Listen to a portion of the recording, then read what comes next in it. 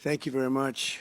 It's an honor to be with you. Well, we need Greenland for national security purposes. I've been told that for a long time, long before I even ran. I mean, people have been talking about it for a long time.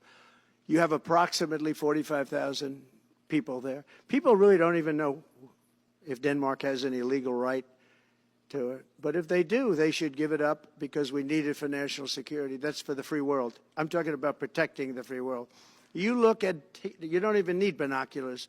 You look outside, you have China ships all over the place. You have Russian ships all over the place. We're not letting that happen. We're not letting it happen. And if Denmark wants to get to a conclusion, but nobody knows if they even have any right, title, or interest. The people are going to probably vote for independence or to come into the United States. But if they did do that, then I would tariff Denmark at a very high level. Have you asked your staff to draw up plans for the leader of the Conservative Party in Canada said under no circumstances will it ever be the 51st state? Maybe he won't win, but maybe he will. You're talking about Panama and Greenland. No, I can't assure you on either of those two. But I can say this. We need them for economic security. The Panama Canal was built for our military. I'm not going to commit to that now. It might be that you'll have to do something. Look, the Panama Canal is vital to our country. It's being operated by China. China. And we gave the Panama Canal to Panama. We didn't give it to China. And they've abused it. They've abused that gift. It should have never been made, by the way. Giving the Panama Canal is why Jimmy Carter lost the election, in my opinion, more so maybe than the hostages. The hostages were a big deal. But if you remember, and nobody wants to talk about the Panama Canal now because, you know, it's inappropriate, I guess, but because it's a bad part of the Carter legacy. But he was a good man. Look, he was a good man. I knew him a little bit, and he was a very fine person, but that was a big mistake. Giving the Panama Canal to Panama was a very big mistake. I was going to use that as a major talking point, but I never got to use it because all of a sudden I had to expect it again all over the world. The Panama Canal is a disgrace, what took place at the Panama Canal. Jimmy Carter gave it to them for $1, and they were supposed to treat us well. I thought it was a terrible thing to do. Was the fact that they are allowing prisoners to come into our country. We gave it away for $1. But the deal was that, you know, they have to treat us fairly. They don't treat us fairly. They charge more for our ships than they charge for ships of other countries. They charge more for our Navy than they charge for navies of other countries. They laugh at us because they think we're stupid, but we're not stupid anymore. So the Panama Canal is under discussion with them right now. They violated every aspect of the agreement, and they've morally violated it also. What immediately is, just leave it in place. No. To be changing the name of the Gulf of Mexico to the Gulf of America, which has a beautiful ring that covers a lot of territory. The Gulf of America, what a beautiful name. It was a very good news conference. I think they've come a long way. Meta. Economic force. Because Canada and the United States, that would really be something. You get rid of that artificially drawn line, and you take a look at what that looks like, and it would also be much better for national security. Don't forget, we basically protect Canada. By executive order, are you planning to do on executive order when it comes to immigration, and how much do you want Congress? We don't need anything they have. We don't need their dairy products. We have more than they have.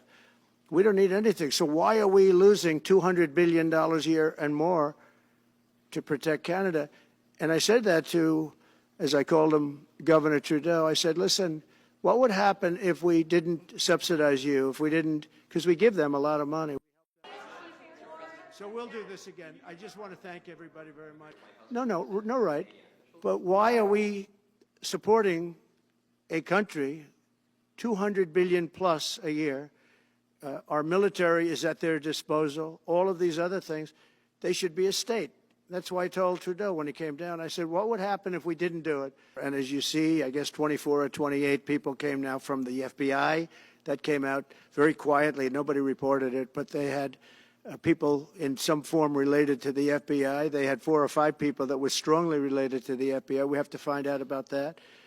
We have to find out about Hezbollah. We have to find out about who exactly was in that whole thing, because people that did some bad things were not prosecuted. You know, I see it all the time, and you see it too.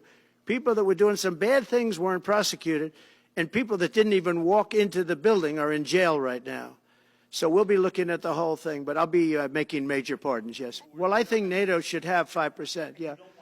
Well, you can't do it at 2%. I mean, at 2%, every country, if you're going to have a country in a regular military, you're at 4%. I think they should be, you know, they're in dangerous territory. I think it should be, they can all afford it, but they should be at 5%, not 2%. I'm the one that got them to pay 2%. Provide a security guarantee if they do enter into an armistice or a ceasefire. You know, a big part of the problem was Russia for many, many years, long before Putin said you could never have NATO involved with Ukraine. Now, they've said that. That's been, like, written in stone. And somewhere along the line, Biden said, no, they should be able to join NATO. Well, then Russia has somebody right on their doorstep, and I could understand their feeling about that. But there were a lot of mistakes made in that negotiation. And when I heard the way that Biden was negotiating, I said, you're going to end up in a war. And it turned out to be a very bad war. And it could escalate. That war could escalate to be much worse than it is right now. They had a deal which would have been a satisfactory deal to Ukraine and everybody else, but that Biden said, no, you have to be able to join NATO.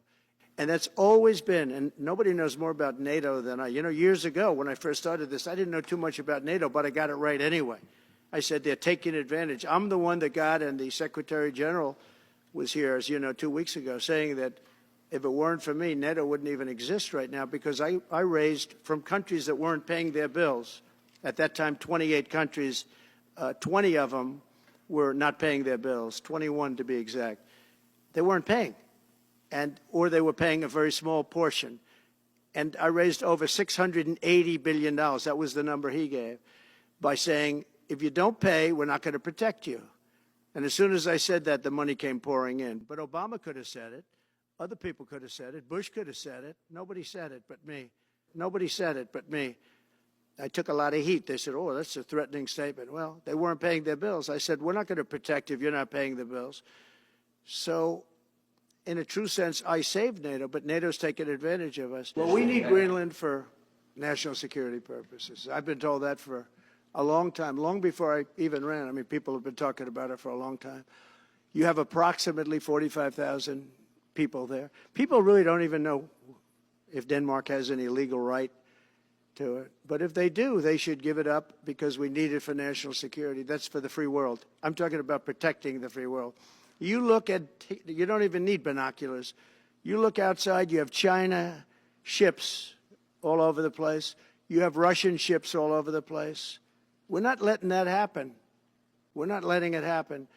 And if Denmark wants to get to a conclusion, but nobody knows if they even have any right, title, or interest. The people are going to probably vote for independence or to come into the United States. But if they did do that, then I would tariff Denmark at a very high level. Thank you very much. Can you